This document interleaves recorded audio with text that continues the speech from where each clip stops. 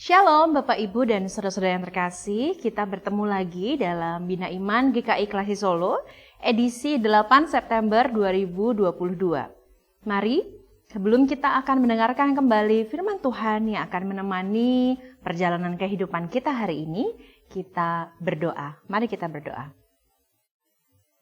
Ya Bapak, kami bersyukur untuk kesempatan hidup yang masih Tuhan berikan hingga saat ini. Biarlah kami kembali disapa oleh kebenaran sabda-Mu yang kembali mengingatkan kami betapa anugerah hidup yang Tuhan beri hari ini adalah sebuah tanggung jawab yang harus kami jalani dengan keinginan yang besar untuk terus mendengar dan melakukan sabda kebenaran firman-Mu. Berproses bersama dengan Engkau untuk sungguh-sungguh mencari dan melakukan kehendak-Mu. Terima kasih Bapa, demi Kristus Yesus, Juru Selamat dan sahabat kami yang sejati, kami berdoa. Amin. Bapak Ibu yang terkasih, hari ini firman Tuhan agak panjang ya. Saya ambilkan dari Mazmur 51 ayat 1 sampai yang ke-12. Mazmur 51 ayat 1 sampai yang ke-12. Saya akan membacakan bagi Bapak Ibu dan saudara-saudara sekalian dalam versi Bahasa Indonesia Masa Kini atau BIMK, begitu ya. Mari kita simak bersama-sama. Jika Bapak Ibu dan saudara-saudara membuka Alkitab, mari kita buka bersama-sama dan simak dari Mazmur 51 ayat 1 sampai 12. Dalam versi BIMK. Untuk pemimpin Kur, Mazmur karangan Daud, setelah ia ditegur oleh Nabi Nathan karena berbuat zina dengan Batsheba. Ini adalah konteksnya. Apa yang dikatakan Daud, saya akan baca. Kasihanilah aku ya Allah, karena Engkau tetap mengasihi. Hapuskanlah dosaku karena belas kasih-Mu yang besar. Basuhlah segala kejahatanku, bersihkanlah aku dari dosaku.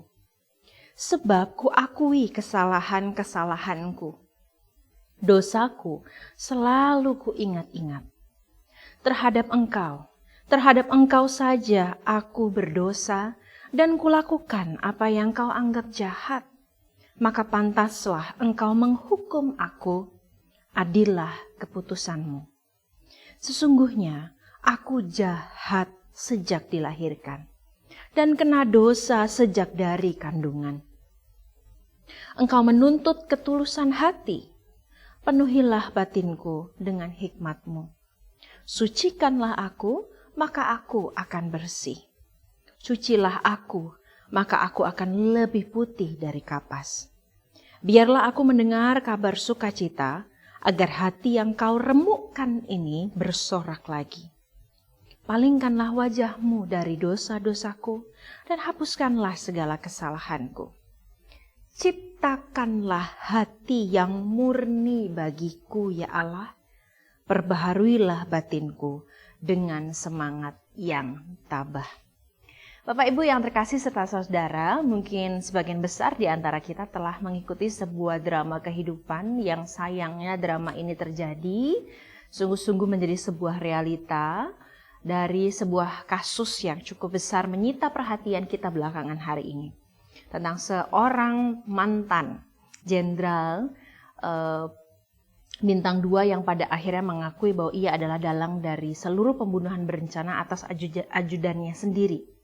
Bapak Ibu yang terkasih, singkat cerita kita sedang digiring oleh media untuk melihat yang beberapa hari belakangan ini adalah peristiwa rekonstruksinya.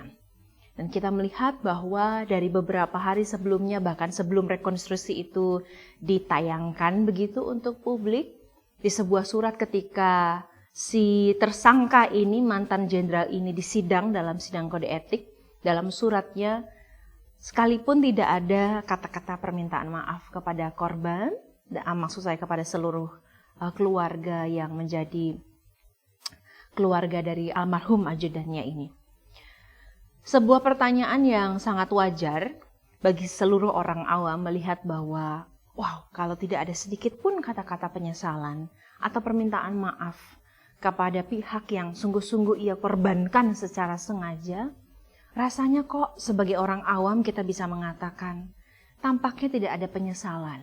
Tampaknya tidak ada pengakuan sungguh-sungguh yang lahir dari sebuah kesadaran bahwa apa yang sesungguhnya ia lakukan dengan begitu rapi, dengan begitu luar biasa karena melibatkan banyak sekali oknum di dalamnya ini, membuat hati seorang ibu dan seorang ayah harus menderita sepanjang hidupnya karena ia harus kehilangan anaknya yang ia banggakan, si almarhum ajudan dari mantan jenderal ini. Sebagai orang awam kita akan melihat, wow, sampai sebegitukah tidak ada penyesalan dan bahkan permohonan maaf yang disampaikan dengan sungguh-sungguh. Bapak Ibu yang terkasih, konteks yang berbeda dengan cerita yang mungkin juga sangat berbeda, tetapi ada sebuah kesamaan yang kita bisa lihat dari kasus si mantan jenderal ini dengan kasusnya Daud. Dua-duanya menempati sebuah kedudukan yang bisa dikatakan cukup tinggi dan secara kekuasaan mempunyai kekuasaan yang besar. Tetapi kita bisa melihat perbandingannya ya Bapak Ibu yang terkasih. Seorang mantan jenderal ini sungguh-sungguh tidak memperlihatkan sebuah sikap kesatria bahwa ia mengakui kesalahannya. Dan itu yang membuat saya secara pribadi bertanya, apakah dia betul-betul sungguh-sungguh di samping permohonan maafnya yang seharusnya ia katakan dengan penuh rasa bersalah atas kejadian yang menimpa almarhum gitu ya dan seluruh keluarga yang sedih. Apakah ia sungguh-sungguh telah menyadari bahwa ia berdosa sungguh-sungguh kepada Tuhan. Dan ketika, kalau kita baca tadi konteksnya, ketika Daud didatangi oleh Nabi Nathan yang dengan mengatakan, kalau kita ingat ceritanya ya, awalnya Nabi Nathan ini datang dengan mengatakan sebuah perumpamaan dan pada akhirnya ketika perumpamaan itu sedikit membuat Daud itu bereaksi dengan secara reaktif, Nabi Nathan langsung masuk bahwa perumpamaan itu adalah tentang engkau, wahai Raja Daud, dan ia harus bertobat. Dan bagaimana Daud meresponi sebuah teguran yang sebenarnya datang dari Allah melalui Nabi Nathan itulah yang kita baca melalui Mazmur 51 ayat 1 sampai 12 yang kita baca dalam versi BIMK. Kita melihat ada dua hal yang penting. Ketika seseorang penguasa, sebenarnya tidak harus penguasa ya, setiap kita ketika kita mendapat teguran dari Tuhan, yang pertama tentulah kita sungguh-sungguh harus mengakui segala kesalahan dan dosa kita. Itu menjadi poin pertama yang sangat penting yang membuat pada akhirnya kita menyadari, yang membuat pada akhirnya Daud menyadari bahwa seberapa hebatnya dia, seberapa berkuasanya dia pada waktu itu di kepemerintahan Daud, seberapa dia sungguh-sungguh telah memberikan sebuah sumbangsih yang besar kepada sebuah negara, kepada sebuah komunitas bangsa Israel yang dengan kuat dan teguh melewati berbagai macam masa sulit. Ia tetaplah seorang manusia biasa yang bisa dengan sangat jahat melakukan hal-hal yang sungguh mendukakan hati Tuhan. Kesadaran Daud bahwa dia sungguh berdosa bukan hanya pertama-tama kepada keluarga dari almarhum Bapak Uria yang ia bunuh secara sengaja dan ia ambil istrinya. Tetapi pribadi yang pertama yang sungguh layak mendapatkan pengakuan dan penyesalan adalah Tuhan. Ia mengaku dalam kata-kata yang sangat puitis bahwa aku ini memang sangat berdosa. Bahkan secara puitis ia mengatakan sejak lahir ya Tuhan aku ini adalah orang yang berdosa. Ia mengakui kesalahannya dengan jujur dalam sikap yang penuh dengan kerendahan hati. Itu yang pertama. Dan yang kedua yang menarik adalah di ayat-ayat yang pertama, setelah ia menyadari bahwa teguran dari Nabi Nathan itu datang dari Allah, kalimat yang indah menurut saya, ada di ayat yang pertama sampai dengan yang ketiga. Dia katakan bahwa engkau menegur aku karena engkau mengasihi aku.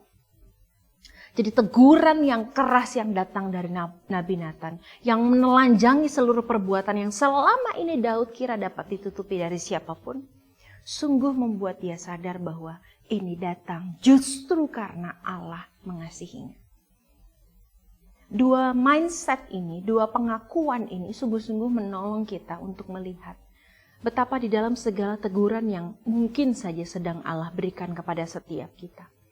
Betapa dalam setiap pelajaran dan pengajaran hidup yang Tuhan berikan untuk menyadarkan, hey, kita sudah berada di jalan yang salah. Rencana kita, tindakan kita. Bukan karena ia jahat dan bukan karena Allah ingin mempermalukan kita. Tetapi sungguh-sungguh karena Allah ingin menyatakan kasih-Nya dan tidak ingin kita terjatuh dalam dosa yang jauh lebih dalam. Sehingga lebih susah diangkatnya. Bukan karena Allah tidak berkuasa, tetapi begitu dalamnya dosa seorang manusia mungkin saja mematikan hati nuraninya. Sehingga kita bisa lihat perbandingannya dari kasus yang real terjadi akhir-akhir ini.